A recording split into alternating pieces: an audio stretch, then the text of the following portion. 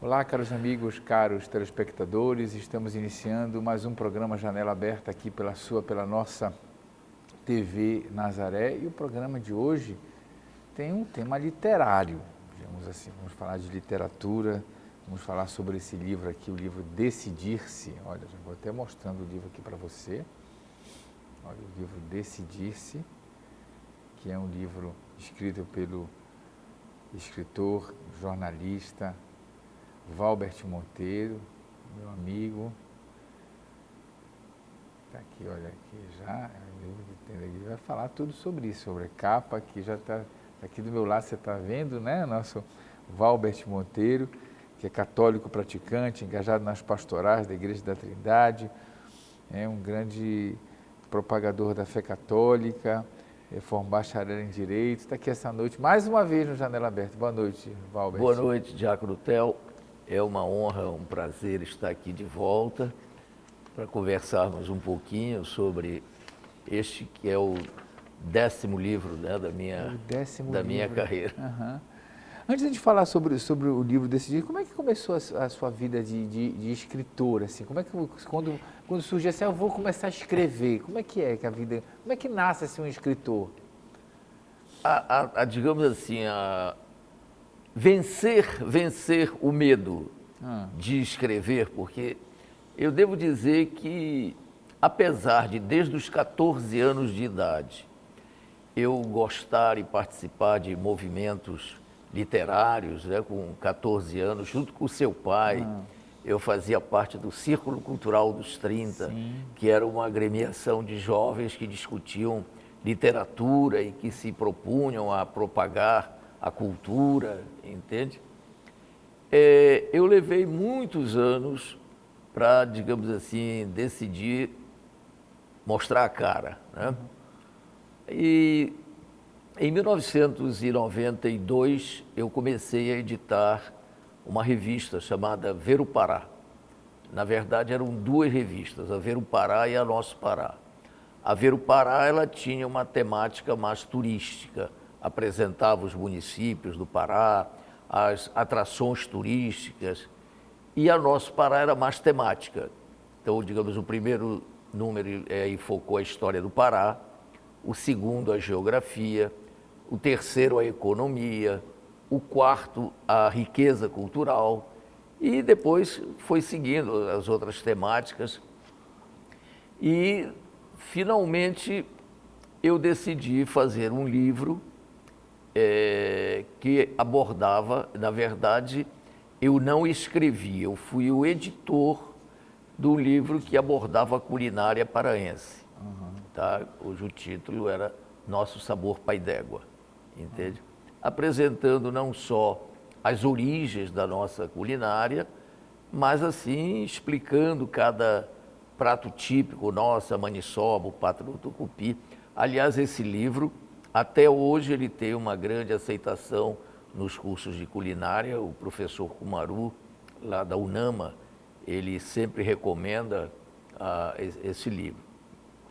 Depois, mais adiante, eu fiz o livro, o álbum, na verdade, dos 200 anos da Paróquia da Trindade, que é um registro histórico dos 200 anos de existência da Trindade, que foi em 2014, né? E fiz também, em 2017, o álbum do Jubileu de Ouro da minha turma de bacharéis em Direito, a turma Sobral Pinto, que completou 50 anos em 2017.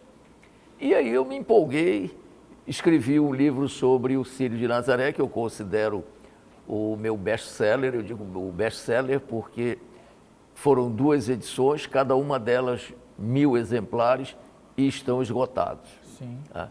Eu tenho orgulho, não é falta de modéstia, mas, por exemplo, o Padre Ramos, né, está hoje em São Paulo, Barnabita. Padre Ramos costuma dizer que, ele diz assim, que depois do livro do Padre Florencio de Bois, é o melhor livro, a melhor publicação sobre o Círio de Nazaré.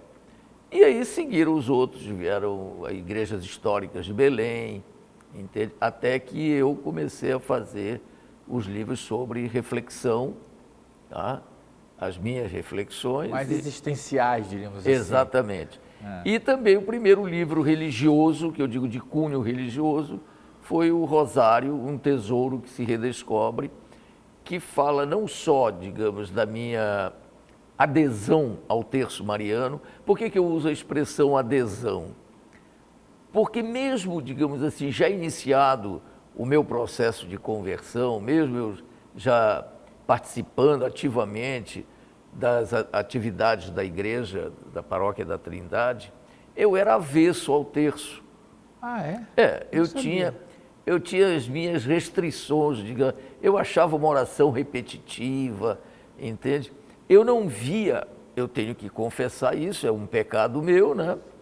Mas eu tenho que confessar isso, que eu achava o rosário, assim, o terço, uma oração desnecessária por causa do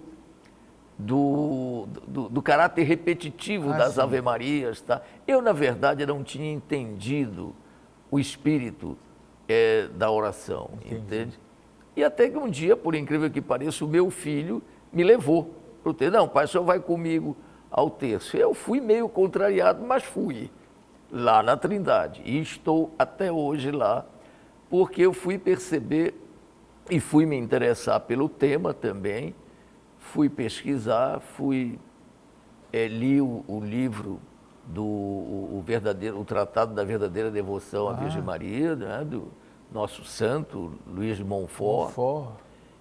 E associado ao fato, né, que eu digo sempre do acontecimento inexplicável que aconteceu comigo lá na Basílica, que eu já relatei aqui no seu programa, eu me tornei realmente não só um devoto mariano, mas como também um adepto do terço que eu rezo diariamente. Muito bem.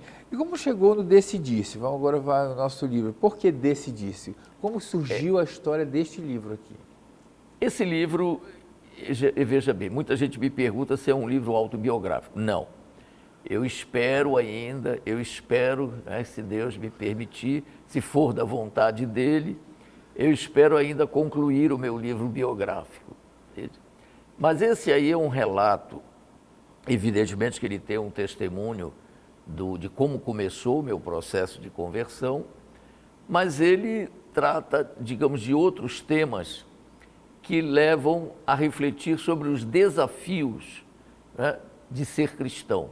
O nome Decidir-se, e até a capa é sugestiva, porque é um cidadão que está contemplando diante de dois caminhos. Tá? Ele tem um caminho à esquerda, que eu considero, digamos, o caminho do mal, e tem um caminho à direita, né, que seria o caminho que leva à verdadeira salvação. E eu tinha convicção, e digo isso no capítulo referente à apresentação do tema e do livro, de que nos dias de hoje é muito difícil você escrever e, digamos, receber a aceitação, né, de uma sociedade que é tão materialista, uma sociedade que é tão hedonista, né, imediatista, e que, acima de tudo, digamos, tem colocado Deus de lado, que você escreva um livro e que vá falar sobre a decisão que a pessoa tem que tomar diante dos desafios da fé cristã. Ou seja, ele se decidir realmente a seguir Jesus Cristo conforme ele manda. Ou seja, quem quiser me seguir, tome a sua cruz dia após dia e me siga. Ou seja, ser cristão não significa que veja bem, nós temos muitas denominações neopentecostais que pregam ou propalam a teoria da prosperidade. Cristo nunca prometeu que quem o seguisse teria aqui na terra uma vida de bonança, não. A grande recompensa é o reino dos céus. Então, esse livro trata a expressão, o título Decidir-se, é sobre a decisão que a pessoa tem que tomar entre a sedução do mundo, a porta larga, sim, ou a porta estreita que conduz à vida eterna. Aí você começa falando uma coisa que me chamou a atenção, que você fala, um quase ateu. Você passou por algum momento de quase ateísmo? Você conta um pouco dessa história para nós. Por que um quase ateu? Deixa eu te dizer, a minha família é católica, era católica, né, porque os meus pais já morreram, mas não eram frequentadores da igreja. Mas eu, assim, nesta época dos 14 anos, quando eu estava envolvido nos movimentos culturais, né, participei com o falecido cônego Raul Tavares de Souza da criação da Casa da Juventude, que funcionava aqui na Governador José Malcher, passando um pouco aqui a Rui Barbosa. Só que eu tive algumas decepções muito grandes dentro da igreja. E essas decepções, vamos dizer, para um garoto na faixa dos 16 anos, que começava também a questionar certas situações do mundo, me levou a um distanciamento da igreja. E depois do momento que você começa a estudar história e começa a ver digamos, a história medieval, aquele período que todos nós temos que reconhecer que a igreja atravessou, né, da venda das indulgências, que levou o Lutero a fazer a reforma. Que o grande erro do Lutero foi não defender as suas teses no seio da igreja. É ter criado o cisma, ter se separado. Dizer que as teses do Lutero estavam erradas, não. Mas o grande erro dele foi realmente o cisma. Mas eu deixei, digamos assim, também me contaminar com algumas dessas críticas que se fazia à igreja e me distanciei. Me distanciei por completo, acreditava em Deus, mas era anticlerical, tá? Completamente, era contrário à veneração das imagens, eu achava um absurdo, né, a veneração das imagens. Até isso eu já contei aqui no seu programa, quando falei do livro do Sírio, perdão, do livro do Rosário, que houve um acidente na minha vida, que eu quase perco a vida, e que nesse momento, vamos dizer, pensando na oportunidade que Deus estava me dando, por que Ele estava me dando essa oportunidade, eu fiquei refletindo, fui fazer o encontro de casais com Cristo, mas fui fazer o encontro de casais com Cristo como questionador. Com o pé atrás. Com o pé atrás, entende? Mas,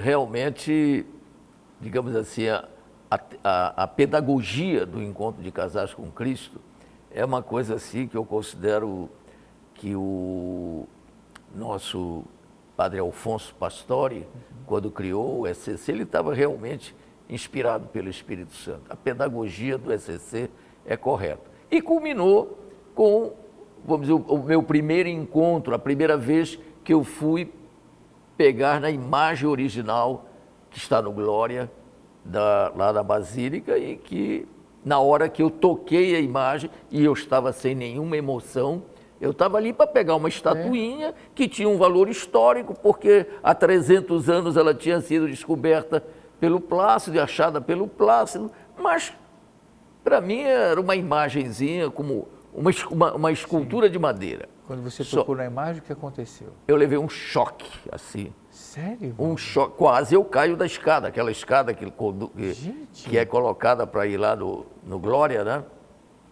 Eu quase caio e instintivamente, sem saber por que eu estava fazendo isso, eu beijei a imagem e desandei a chorar. E desandei, não sabia porque eu estava chorando, passei a imagem para o companheiro que vinha embaixo e depois fui imaginar por que tinha me acontecido isso. No momento do acidente, eu gritei, valei-me Nossa Senhora de Nazaré. Muito bem. Nunca me lembrei de agradecer. Muito bem, a gente vai continuar um pouco mais essa história, porque tem uma parte do livro que ele fala sobre o primeiro contato com a imagem original. Foi esse choque inexplicável que você conta aí? Sim, exatamente. E se você quiser comprar o livro está à venda, adquirir esse livro, Você tem esse zap, telefone aqui, o 984 50 2756, também é o telefone do Valbert, 8450 2756. Por meio desse telefone você pode adquirir o exemplar ou lá na Igreja da Trindade. A gente vai para o nosso apoio cultural e voltamos daqui a pouquinho. TV Nazaré Amazônia falando para a Amazônia. Estamos voltando com o nosso programa Janela Aberta aqui pela nossa TV Nazaré. Eu aqui, né, folheando o livro, né, que estamos falando sobre hoje, o Decidir-se, do Valbert Monteiro. Está aqui, ó, deixa eu tirar. Decidir-se, ele já explicou, ia perguntar para ele de onde veio essa capa. Essa capa foi pensada por você, foi? Um cidadão que está procurando entre dois caminhos, é isso? Exatamente. Decidir-se. Ele estava falando ali do choque que ele teve ao entrar em contato com a imagem original. Foi sim. E que ano foi isso? 1984, no sábado, no dia da trasladação. Não havia romaria fluvial ainda nessa época. Também não havia solenidade de descida da imagem. A basílica ao meio-dia era fechada e só uma meia dúzia de diretores ficavam lá para proceder à descida da imagem do Glória e colocar no presbitério, entende? Então essas experiências te tocaram profundamente? Com certeza, eu digo mais do que uma pregação, foram vivências de fé que te tocaram mais, é isso? Foi, eu diria, um chamamento, né? Foi um chamamento. Eu me tornei devoto mariano para valer nesse momento, entende? E procuro até hoje fazer essa propagação, entende, da devoção. E dali você começou a estudar a fé? Como é que você se tornou um homem estudioso da sua fé? Porque acho que a partir dali você começou também a questionar. Exato. Aquilo que você, na adolescência, foi instigado a pensar, né? Porque também não é só a questão da Idade Média, é muitas críticas que se faz à igreja isso, à igreja aquilo. Acho que você foi questionado talvez também a estudar a sua fé, a conhecer a sua fé. Com certeza. E um capítulo, digamos, eu diria um capítulo muito especial foi sobre Maria. Eu considero que eu tenha hoje uma razoável bibliografia sobre Mariana, tanto que é um outro propósito meu, como eu digo, eu peço que Deus me dê saúde, né, e disposição física e mental para continuar essa produção. Eu terminei no mês passado uma série de 5 artigos sobre exatamente a essencialidade de Maria, tá? Que começa quando eu era da equipe dirigente do ECC, lá na Trindade, em 1985, e o nosso saudoso Monsenhor Geraldo Menezes, que era o nosso diretor espiritual, sabendo que eu era da diretoria da festa, um dia conversa comigo e diz assim: Valber, me incomoda muito uma coisa no hino do Sírio, no Vós sois o lírio mimoso. Eu disse: o que é, Monsenhor? Quer dizer, é a expressão de vossos lábios divinos. Maria não tem lábios divinos. Por que não muda essa expressão lábios divinos por outra? Até lhe sugeriu, né? Aí eu tomei aquilo primeiro de impacto. E como é que eu ia levar para a diretoria da festa uma proposta de alterar um hino que toda a população canta desde de que ela foi feita pelo poeta maranhense, o Euclides Farias. Né? Mas fiquei com aquilo na cabeça, não levei a ideia adiante, tá? Mas ficou me martelando aquilo, lábios divinos.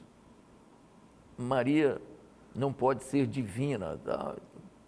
Depois, nesse meu estudo, quando eu vou ler o livro do São Luís Maria de Grignon de Montfort, está lá, fala a Divina Maria. E aquilo assim, digo, poxa, mas peraí, ela pode ou não pode ser considerada divina? Tá? Ela foi quem gerou no seu ventre o próprio Deus. Ela é o primeiro sacrário. Ela é a imagem da Santíssima Trindade, porque ela é filha de Deus Pai, mãe de Deus Filho e esposa de Deus Espírito Santo. Ela encarna em si o mistério da Santíssima Trindade. Por que nós vamos, digamos assim, negar que ela possa ter uma essência divina? Né? E, evidentemente, eu quero dizer, inclusive, aos telespectadores, que eu não sou teólogo, eu nunca estudei teologia, tá? E nem posso me considerar um mariólogo, mariologista, não. Eu sou um curioso, eu sou um estudioso de tudo aquilo que se escreve sobre Maria. Né? Inclusive livros como o do Leonardo Boff, entende? Que coloca a figura de Maria como dentro da sua, digamos, natureza bastante humana, mas como aquela figura presente nas classes populares. Você conhece bem o pensamento do Leonardo Boff e sabe que ele leva para a teologia da libertação, que eu sou inteiramente contrário, acompanhando o pensamento do Vaticano, porque até hoje o Papa Francisco não mudou a questão de colocar... Tem coisas boas na teologia da libertação. Bom, mas eu acho que seria outro Isso programa. É outra coisa. Seria um outro programa de falar da teologia da libertação. Mas vamos lá. E então eu me propus, tá, e até porque nós falamos há pouco do Martinho Lutero, e uma das coisas que eu tenho o livro dele, um dos escritos mais bonitos que existem sobre Nossa Senhora, o autor é Martinho Lutero. Quando ele faz uma análise do Magnificat, e ele exalta a figura de Maria, reconhecendo não só que ela é mãe de Deus, como ela é intercessora. O Martinho Lutero diz com todas as letras desse livro, reconhecendo Maria, mãe de Deus, e também considerando como intercessora. E eu me interessei pelo tema, eu continuo, a parte do jornal em si, digamos, eu já parei, porque foram 5 artigos, mas eu estou continuando para ver se reúno tudo isso e dou um aprofundamento maior, até também para abordar uma questão que foi levantada mais recentemente e que há, digamos assim, uma discussão entre os teólogos se Maria é ou não corredentora no projeto de salvação. Eu quero crer que sim, mas quando eu digo eu quero crer que sim, é porque eu ainda não me aprofundei, eu ainda não li tudo sobre esse aspecto de Maria como corredentora. E essa análise, essa colocação, porque eu procuro buscar os dois lados, o lado, vamos dizer assim, dos que defendem e dos que acham que não, entende? Para fazer um livro que seria exatamente a essencialidade de Maria. Porque uma coisa nós temos que ter certeza, ela é essencial na vida de qualquer seguidor de Jesus Cristo. Seja católico ou não, Maria é fundamental, Maria é realmente aquela que não só deu o primeiro sim, mas ela, veja bem, pela intercessão dela, foi operado o primeiro milagre nas bodas de Caná. Com certeza. E é uma coisa, um tema também que o Robert traz aqui, que eu gosto muito, que eu acho que é interessante no mundo hoje, tão cheio de guerras que a gente está vivendo e sofrimentos, que você coloca aqui, eu queria que você falasse para nós, Deus não é culpado das nossas tragédias. Há muita gente que pergunta onde é que está Deus. Como é que você chegou nesse capítulo aí? Olha, evidentemente que eu digo sempre, isso é muito relativo o que eu vou falar. Mas, de uma certa maneira, o Nietzsche tinha razão quando ele diz Deus está morto. Porque se nós contemplarmos o panorama da humanidade hoje, tá? você vai ver que, sei lá, são 9 bilhões no planeta Terra, 7 ou 9, uma coisa assim. Eu não sou bom de demografia. Mas a expressiva maioria não crê em Deus. Ou pelo menos o Deus que nós cremos, né? O mundo ficou demasiadamente materialista, demasiadamente imediatista, cada um pensa em si. A solidariedade, por exemplo, você vai dizer, mas em fenômenos como o que aconteceu no Rio Grande do Sul, a solidariedade aparece, aflora. Sim, durante a pandemia também as pessoas rezavam. Quando passou o perigo da pandemia, quando voltou ao normal, as pessoas pararam também de rezar. Tá? Eu vejo que há uma minoria hoje, que não só crê, porque a questão, Theo, não é só o crer. Dizer, eu creio em Deus. Sim, mas você faz o que Ele manda? Você ama o seu próximo como a você mesmo? Você demonstra de que maneira esse amor ao próximo? Quantas pessoas vão na igreja para a missa e sequer cumprimentam quem está do lado? Se conhecer, tudo bem. Se não conhecer, não dão esse... Olha, você está me vendo com essa blusa da Pastoral da Acolhida na Trindade. É uma pastoral nova. Essa é a blusa aqui, deixa eu ver se a gente consegue captar aqui. Uma pastoral incipiente, entende? Em que nós nos propomos... Abre aqui um pouquinho, tire a mão só para ele poder... Nós nos propomos a fazer o acolhimento, como deve ser o acolhimento na igreja. Afinal de contas, ali nós estamos todos como irmãos, irmãos na mesma fé. Nós nos tratamos como irmãos, porque depois, inclusive, que muitos sacerdotes aboliram, nas missas dominicais, você ainda tem alguns que adotam o abraço da paz. Mas eu tenho visto assim que o abraço da paz não tem sido praticado, tá? Mas, digamos assim, fora o abraço da paz, em nenhum outro momento as pessoas se cumprimentam, dialogam. Ou seja, se eu conhecer, tudo bem. Se eu não conhecer, ele é meu irmão, eu posso não conhecer, mas ele é meu irmão. Devo saudá-lo, né? E saudá-lo, desejar a ele uma boa celebração, entende? Mas isso não é feito. Então, veja bem, se no nosso ambiente religioso nós procedemos de uma forma um tanto quanto egoísta, fora do ambiente religioso nós somos levados à competição. Nós competimos na vida profissional, nós competimos na vida social. A pessoa tem aquele desejo de vencer. E para vencer, muitas vezes ele não hesita em atropelar quem está do lado dele. Muito bem.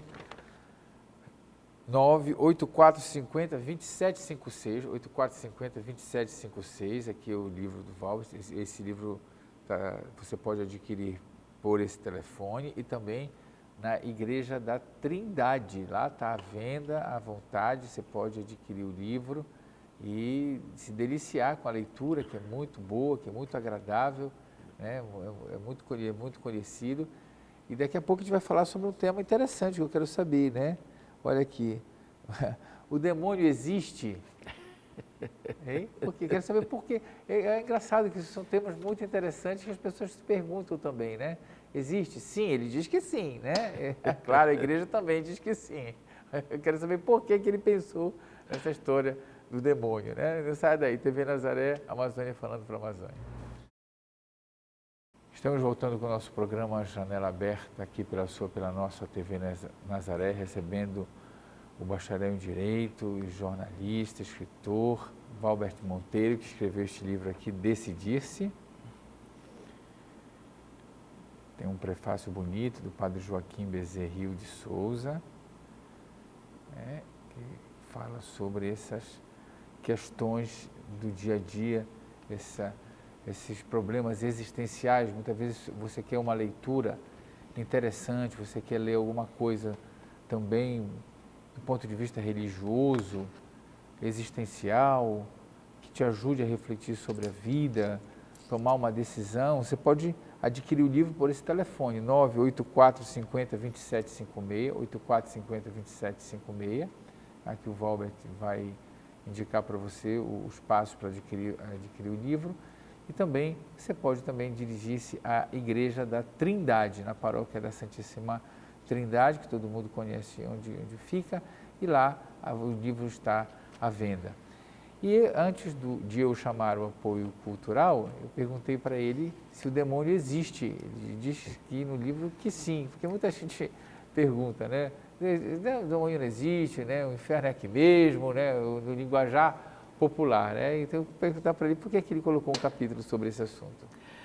Olha, a gente aprendeu, e isso não é apenas um dogma, mas é uma certeza, de que na legião de anjos, Lúcifer era o mais bonito, até o momento em que ele quis tomar o lugar de Deus, quis ser como Deus.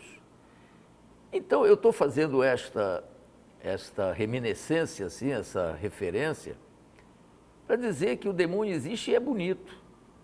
Ele não tem nada vamos dizer assim, representações pictóricas apresentam ele todo de vermelho, com chifre, né? Assim como uma figura horrenda, com um tridente. Não. O demônio que está no meio de nós, ele se apresenta da forma mais sedutora. No momento em que ele procura seduzir para as drogas, no momento que ele procura seduzir para o sexo desenfreado, para a prostituição, para a corrupção.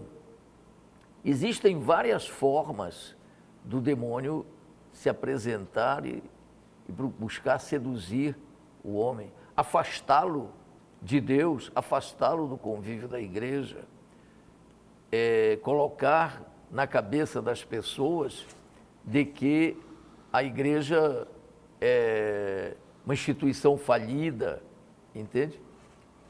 Eu diria, inclusive, que no mundo atual, como eu falei, eu não digo que ele está vencendo a batalha, porque nós não podemos duvidar da promessa de Cristo.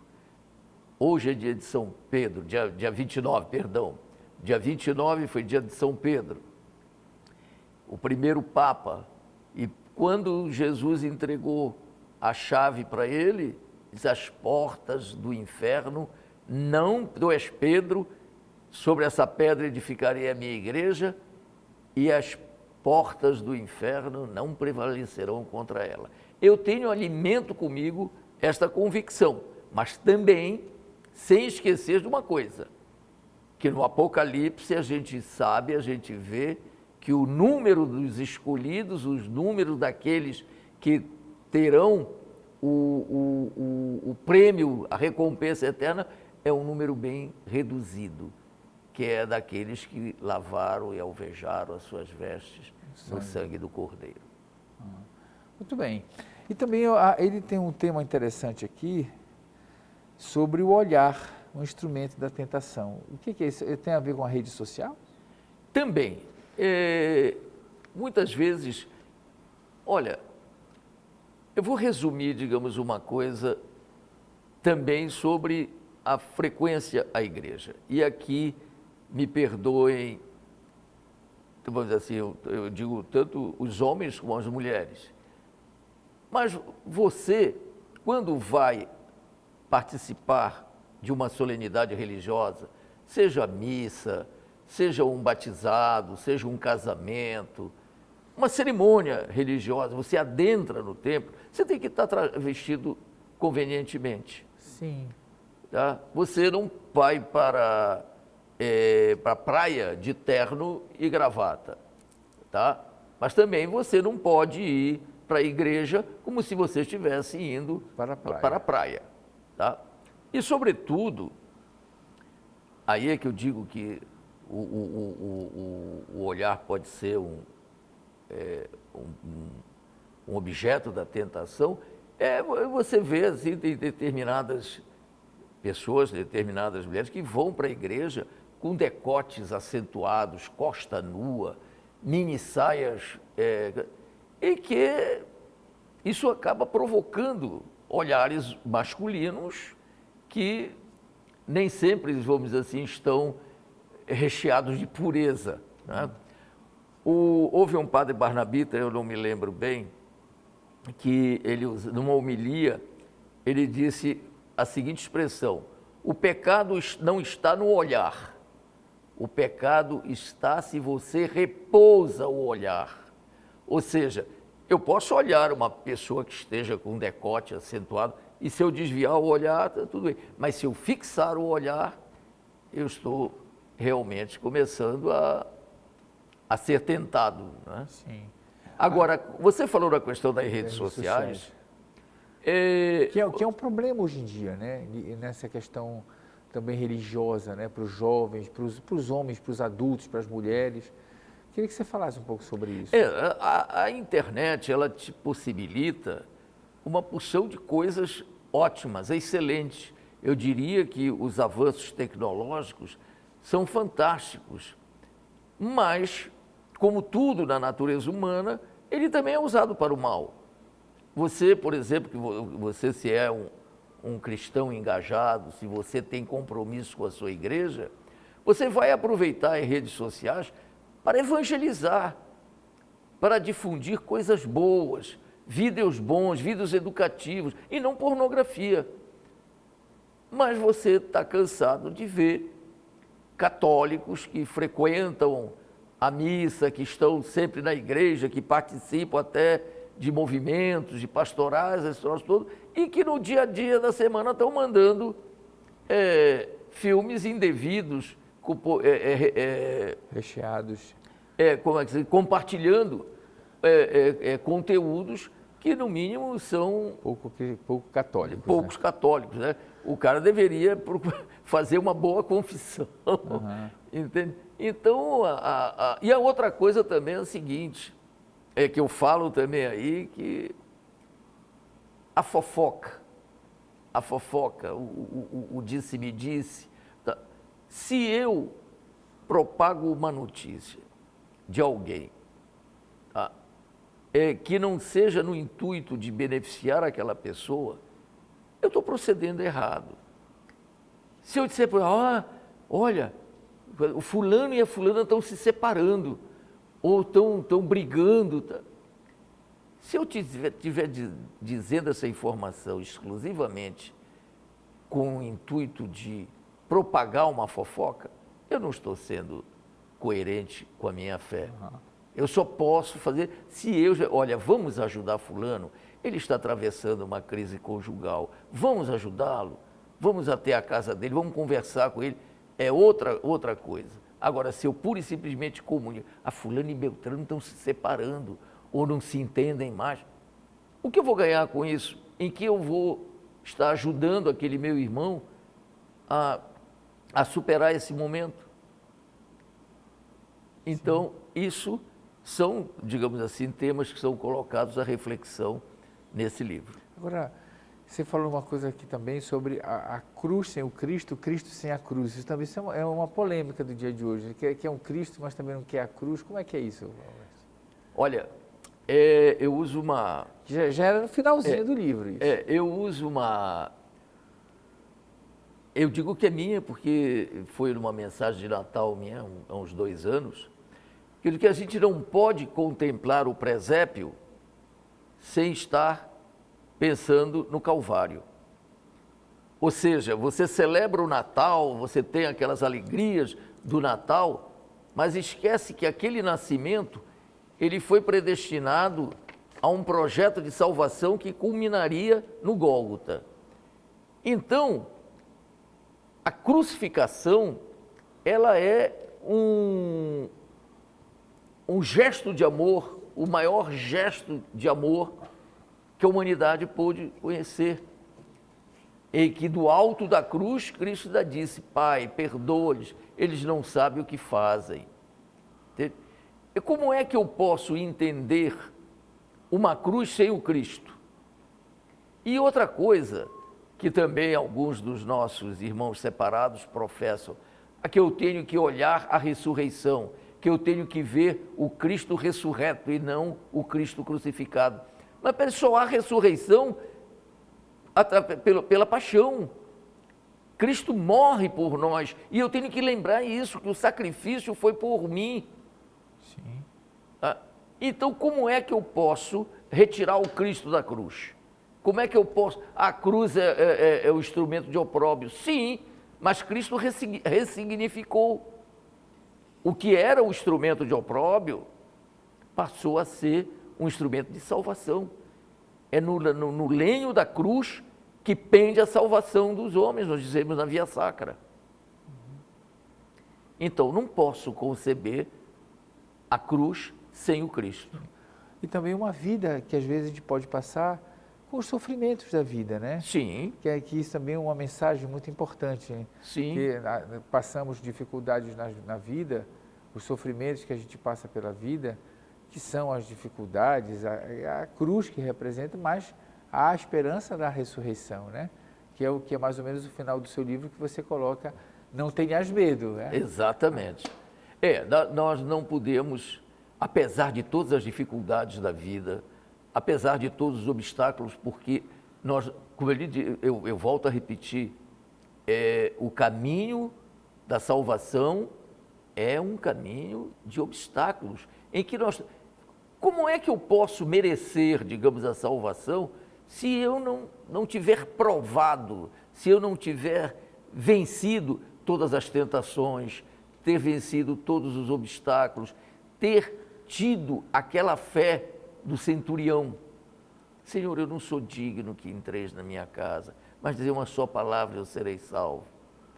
Como é que eu posso, digamos assim, justificar que eu poderei aspirar estar no reino de Deus se eu não compartilho com Ele dessa dor, desse sofrimento, se eu não caminho com Ele no caminho do Calvário, se eu não carrego a minha cruz com Ele?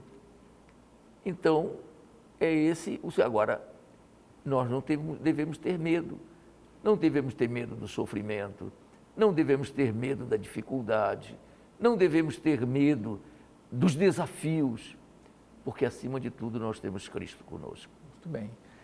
Onde é que a gente encontra você, Walter? O telespectador quer conversar com você, encontra você, onde é? Olha, na Igreja da Trindade? Sempre no final da tarde, na missa das 18h30, eu procuro estar lá na Trindade. E durante o dia, no meu trabalho, que não tem problema nenhum, eu receber no Museu do Judiciário, que fica na Avenida Nazaré, esquina com a Rui Barbosa. Muito bem, esse aqui mais uma vez o livro que nós falamos hoje, o Decidir-se. Você pode, Valbert Monteiro, Decidir-se, está aqui, para você, tá bom? O telefone para você adquirir o livro, 984 50 27 56, 84 50 27 56. Também pode falar com o Valber, tá? E na Igreja da Trindade, tá certo? Quero agradecer a sua entrevista, a sua dedicação também, né, pelo trabalho na Igreja da Trindade. Muito obrigado. 30 segundos para as suas considerações finais. Eu quero agradecer a você essa oportunidade de estar de volta, divulgando não só o meu trabalho, mas a gente podendo conversar um pouco sobre esses desafiadores temas. E quero também manifestar aqui de público que as minhas orações pelo seu ministério hoje diaconal, mas futuramente, dentro de pouco tempo, sacerdotal, que o Espírito Santo lhe ilumine sempre nessa sua vocação, que eu já tive a oportunidade de ver como você está cheio de gás para poder dar a sua contribuição ainda mais efetiva para não só o crescimento da nossa igreja, mas acima de tudo a conversão dos que estão lá. Tá certo.